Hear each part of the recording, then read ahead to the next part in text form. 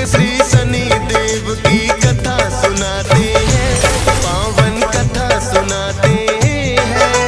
शनि देव कलयुग के न्यायाधीश कहते हैं, हम कथा सुनाते हैं। हम सूर्य पुत्र श्री शनि देव की कथा सुनाते हैं, पावन कथा सुनाते हैं। शनि देव कलयुग के न्यायाधीश कहते हैं।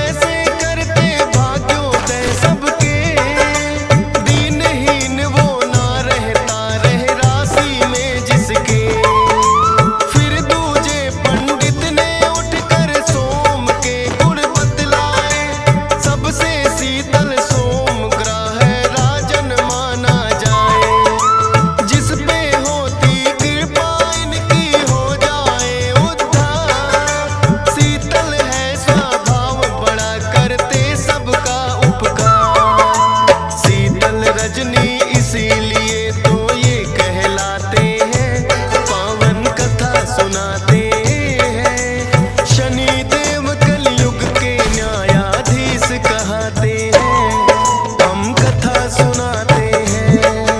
हे शनि देव महाराज, रखना भक्तों की लाज। हे शनि देव महाराज, रखना भक्तों की लाज।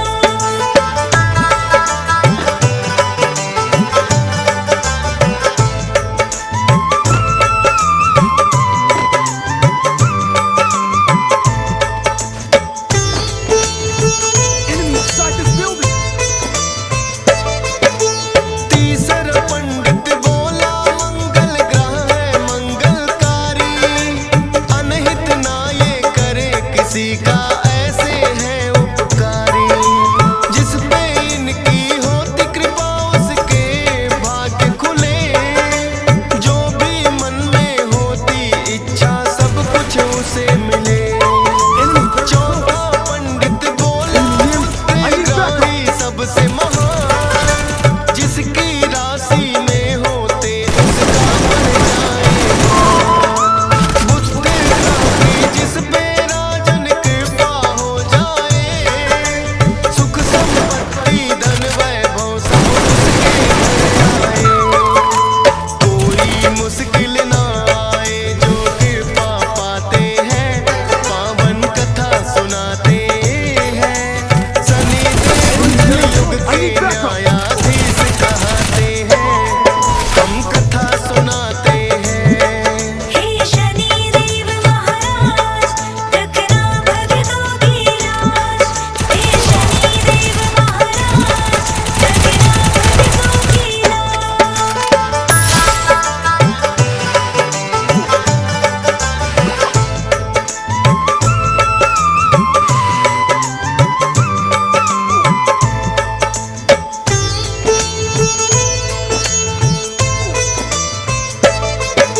पांचवा पंडित गुरु ग्रह का करने लगा गुणगान। इस सृष्टि में है राजन ना गुरु बिना है ज्ञान। सतगुरु जी के श्री चरणों में जो भी शीश झुकाए, गुरु ग्रह की कृपा उस पे राजन हो ही जाए। छठवें पंडित ने उठकर फिर शुक्र की महिमा गाई। सभी ग्रहों में राजन शुक्र ग्रह है शुभ फलदाई। शुक्र ग्रह जिसकी राशि में करते हैं प्रवेश, सुख और शांति घर में रहती ना हो कलह कलेश। ताप और संताप सभी उनके मिट जाते हैं, पावन कथा सुनाते हैं। शनि देव कलयुग के न्यायाधीश कहते हैं, हम कथा सुनाते हैं। हे शनि देव महाराज, रखना भक्तों की लाज। हे शनि देव महाराज, रखना भक्तों की लाज।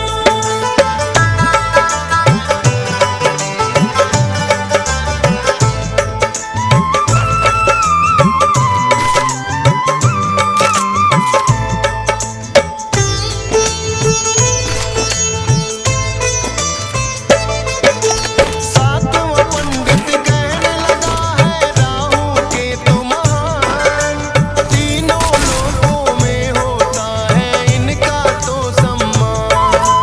दया दृष्टि राजन इनकी जिस पर हो जाए, जीवन में फिर कोई बाधा ना प्राणी पर आए।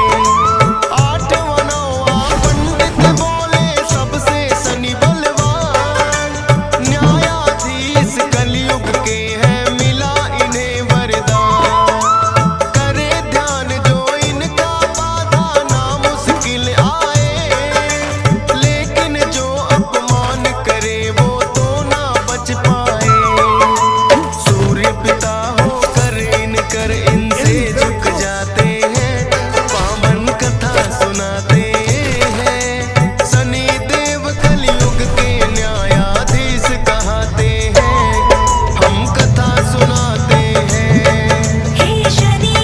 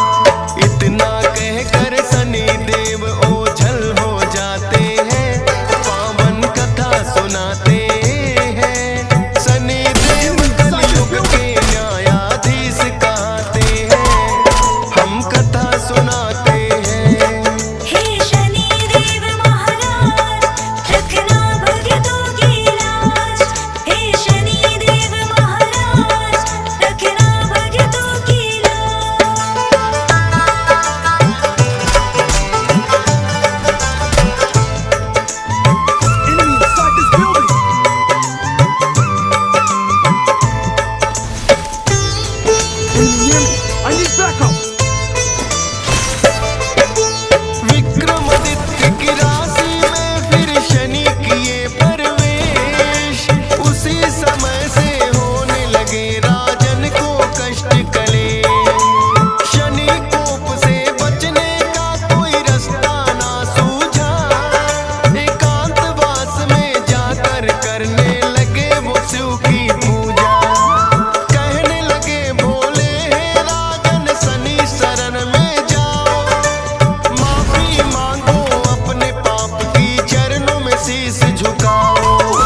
राजपाट छिन गया राजन का, नगर में पड़ा अकाल, उजड़ गई उज्जैनी अपने कहे वचनों पे फिर राजन पछताते हैं, पावन कथा सुनाते हैं। शनि देव कलयुग के न्यायाधीश कहते हैं, हम कथा सुनाते हैं। हे शनि देव महाराज रखना भक्तों की लाज। हे शनि देव महाराज रखना भक्तों की लाज।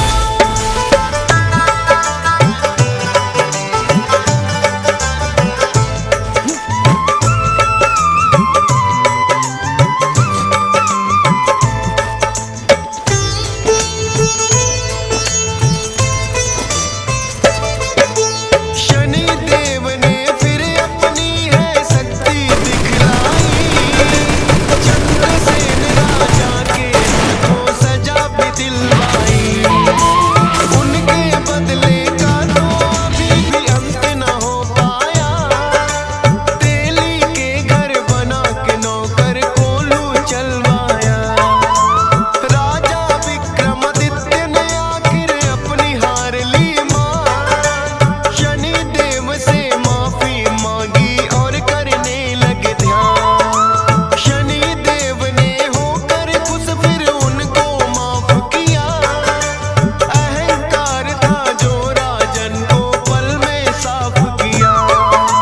राजपाट वो राजन का फिर से लौटाते हैं, पावन कथा सुनाते हैं।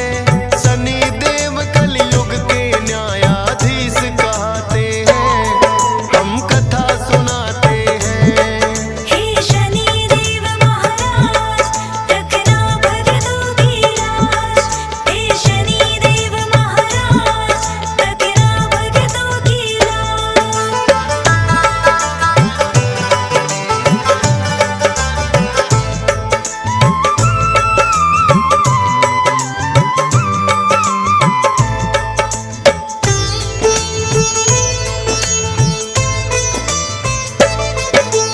बोले शनि देव राजन तेरा खत्म हुआ अभिमान, लौटा रहा हूँ फिर से तुम्हारा खोया हुआ सम्मान।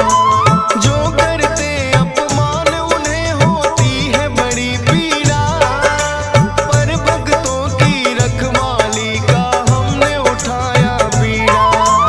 उज्जैनी नगरी में फिर तो लौटाई खुशहाली, भर गए थे भंडार सभी जो हुए खजाने खाली। कहा शनि ने कलयुग में भी रहे मेरा प्रताप, सिंगड़ापुर नगरी होगा धाम मेरा एक धाम। शनि देव के आगे राजन शीश झुकाते